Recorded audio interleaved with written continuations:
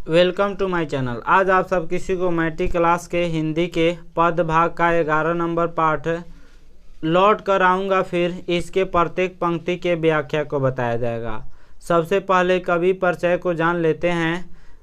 लौट कर आऊँगा फिर के कवि जीवनानंद दास हैं। इनका जन्म 17 फरवरी 1899 ईस्वी को 12 साल में हुआ था, जो वर्तमान बांग्लादेश में पड़ता है। इनकी मृत्यु 22 अक्टूबर 1954 ईस्वी को हो गई थी। रविन्द्रनाथ टैगोर के बांग्ला साहित्य के विकास में जिन लोगों का योगदान है, उनमें सबसे प्रमुख स्थान जीवनानंद दास का है। रविन्द्रनाथ टैगोर के बाद बांग्ला साहित्य में अगर किसी का स्थान है तो वह जीवनानंद दास का स्थान है। रविन्द्रनाथ टैगोर के बाद 2 नंबर पे जीवनानंद दास को रखा गया है बांग्ला साहित्य में। इन्होंने बंगाल के जीवन में रच बस कर उसकी जड़ों को पहचाना। उसकी जड़ों को पहचाना तथा उसे अपनी कविता का स्वर दिया। इनकी मृत्यु एक दुर्घटना में हो गई थी। मात्र 54 या 55 साल में इनकी मृत्यु एक दुर्घटना में हो गई थी। इनकी प्रमुख रचनाएं क्या क्या हैं? इनकी प्रमुख रचनाएं झरा पालक, धूसर पांडुलिपि, वनलता सेन, महापृथ्वी, सातटी तारार, तिमिर, जीवनानंद दासेर कविता, रूपसी बांग्ला, बेला अबेला, काल बेला, मन विहंगम, आलोक पृथ्वी आदि। उनके निधन के बाद लगभग 100 कहानियाँ तथा 13 उपन्यास प्रकाशित किए गए। जब यह मर गए तो इनके निधन के बाद भी 100 कहानियाँ इनकी तथा 13 उपन्यास प्रकाशित किया गया। कविता परिचय को जान लेते हैं। प्रस्तुत कविता लौट कर आऊँगा फिर कवि प्रयाग शुक्ल द्वारा भाषांतरित जीवनानंद दास की कविता है। लौट कर आऊँगा फिर यह जीवनानंद दास की कविता है, जो बांग्ला भाषा में लिखी गई है, लेकिन इसको हिंदी में प्रयाग शुक्ल के द्वारा अनुवाद किया गया है। इसमें कवि का अपनी मातृभूमि तथा परिवेश का उत्कट प्रेम अभिव्यक्त है। कवि ने बंगाल भूमि से बहुत ज़्यादा प्रेम करते हैं। कवि ने इस कविता में एक बार फिर जन्म लेने की लालसा प्रकट कर अपनी मातृभूमि के प्रति श्रद्धा प्रकट की हुई है। कवि इस कविता के माध्यम से एक बार फिर बंगाल में जन्म लेने की अपनी इच्छा प्रकट करते हैं। वह कहते हैं कि मेरी इच्छा है कि मैं फिर एक बार फिर से बंगाल में जन्म ग्रहण करूं। शुरू करते हैं कविता को। कविता का नाम लौट कर आऊँगा फिर है। खेत है जहाँ धान के, बहती नदी के किनारे फिर आऊँगा लौट कर। एक दिन बंगाल में नहीं शायद होऊंगा मनुष्य, तब होऊंगा अबाबिल।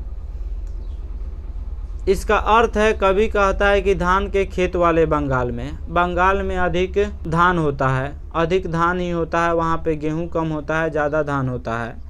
तो कवि कहता है कि धान के खेत वाले बंगाल में बहती नदी के किनारे मैं एक दिन लौटूंगा। हो सकता है मनुष्य बनकर न लौटूं, अबाबिल होकर। कवि कहते हैं कि मैं धान के खेत में लौटूंगा या बहती हुई नदी के किनारे, लेकिन मैं एक दिन ज़रूर लौटूंगा। कवि कहते हैं मैं भले ही मनुष्य बनकर न लौटूं, लेकिन अबाबिल बनकर ज़रूर लौटूंगा। आगे कवि कहते हैं, या फिर कौवा उस भोर का फूटेगा नई धान की फसल पर, जो कुहरे के पालने से कटहल की छाया तक भरता पेंग आऊँगा एक दिन। कवि कहते हैं मैं मनुष्य बनकर नहीं आऊँगा, तो अबाबिल बनकर आऊँगा या फिर कौवा बनकर आऊँगा। भोर की फूटती किरण के साथ धान के खेतों पर छाए कुहासे में, कटहल पेड़ की छाया में ज़रूर आऊँगा। कवि कहते हैं मैं मनुष्य बनकर नहीं आऊँगा, तो मैं अबाबिल या फिर कौवा बनकर आऊँगा। मैं जो है वह बहती हुई नदियों के किनारे आऊँगा, धान के खेतों में आऊँगा, छाए हुए कुहासे में आऊँगा, कटहल पेड़ की छाया में आऊँगा, लेकिन मैं ज़रूर आऊँगा। कवि जीवनानंद दास कहते हैं। कवि आगे कहते हैं कि बनकर शायद हंस मैं किसी किशोरी का, घुंघरू लाल पैरों में तैरता रहूँगा बस दिन दिन भर पानी में, गंध जहाँ होगी ही भरी घास की। कवि कहते हैं किसी किशोरी का हंस बनकर आऊँगा, घुंघरू जैसे लाल लाल पैरों में, दिन दिन भर हरी घास की गंध वाली पानी में तैरता रहूँगा। कभी कहते हैं मैं किसी किशोरी का हंस बनकर आऊँगा, लेकिन मैं बंगाल की भूमि में ज़रूर आऊँगा। कवि अपने मातृभूमि से बहुत ज़्यादा प्रेम करते थे और वह चाहते थे कि मैं फिर इस बंगाल में आऊँ। भले मैं मनुष्य बनकर ना आऊँगा, लेकिन मैं जो है अबाबिल या कौवा बनकर आऊँगा या हंस बनकर आऊँगा। घुंघरू जैसे लाल लाल पैरों में दिन दिन भर हरी घास की गंध वाली पानी में तैरता रहूँगा। कभी कहते हैं मैं हंस बनकर आऊँगा और मैं जो है हरी घास की गंध वाली पानी में तैरता रहूँगा, लेकिन मैं आऊँगा ज़रूर। कवि जीवनानंद दास कहते हैं। आगे कहते हैं आऊँगा मैं, नदियाँ मैदान बंगाल के बुलाएंगे। मैं आऊँगा जिसे नदी धोती ही रहती है पानी से, इसी सजल किनारे पर। कवि कहते हैं बंगाल की मचलती नदियाँ, बंगाल के हरे भरे मैदान जिसे नदियाँ धोती हैं, बुलाएंगे और मैं आऊँगा। कवि कहते हैं बंगाल की नदियाँ मुझे बुलाएंगी, बंगाल के हरे भरे मैदान मुझे बुलाएंगे, तब मैं आऊँगा उन्हीं सजल नदियों के तट पर। कवि कहते हैं मैं नदियों के तट पर आऊँगा, लेकिन मैं ज़रूर आऊँगा। आगे कवि कहते हैं शायद तुम देखोगे शाम की हवा के साथ उड़ते एक उल्लू को, शायद तुम सुनोगे कपास के पेड़ पर उसकी बोली, घासीली ज़मीन पर फेंकेगा मुट्ठी भर भर चावल, शायद कोई बच्चा उबले हुए।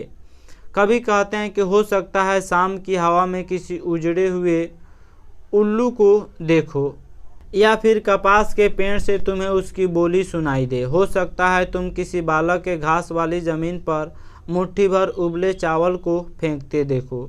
कभी कहता है कि मैं उल्लू बनकर आऊँगा जो कपास के पेड़ पर उसकी बोली सुनाई देगी।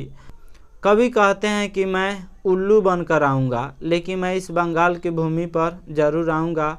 मैं धान के खेत में आऊँगा, अबाबिल बनकर आऊँगा, या फिर मैं कौवा बनकर आऊँगा या हंस बनकर आऊँगा, लेकिन मैं इस बंगाल की भूमि पर ज़रूर आऊँगा। अबाबिल किसको कहा जाता है? अबाबिल एक पक्षी का नाम है जो उजड़ मकानों में रहती है, जहाँ पे लोग नहीं रहते हैं वहाँ पे, यानी जहाँ पे लोग रहते हैं लेकिन उस मकान को छोड़ देते हैं, वह मकान काफ़ी पुराना हो जाता है, उस तरह के मकानों में अबाबिल पक्षी रहती है, जिसको उजड़ मकान कहा जाता है। तो अबाबिल एक ऐसा पक्षी है जो उजड़ मकानों में रहती है। आगे कवि कहते हैं देखोगे रूपसा के गंदले से पानी में, नाव लिए जाते एक लड़के को, उड़ते फटे पाल की नाव, लौटते होंगे रंगीन बादलों के बीच सारस, अंधेरे में होऊंगा मैं उन्हीं के बीच देखना। कवि कहते हैं या फिर रूपसा नदी के मटमैले पानी में किसी लड़के को फटे उड़ते पाल की नाव तेजी से ले जाते देखो, या फिर रंगीन बादलों के मध्य उड़ते सारस को देखो, अंधेरे में मैं उनके बीच ही होऊंगा, तुम देखना मैं आऊँगा ज़रूर।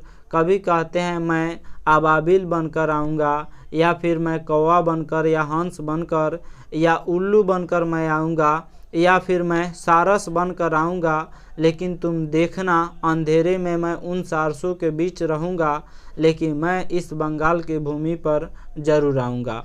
कवि बंगाल से बहुत ज़्यादा प्रेम करते थे और उसी को इसने अपने कविता में प्रस्तुत किया हुआ है। आशा करता हूँ यह वीडियो आप सब किसी को अच्छा लगा होगा। हमारे चैनल को सब्सक्राइब करें, इस वीडियो को लाइक करें तथा अधिक से अधिक शेयर करें।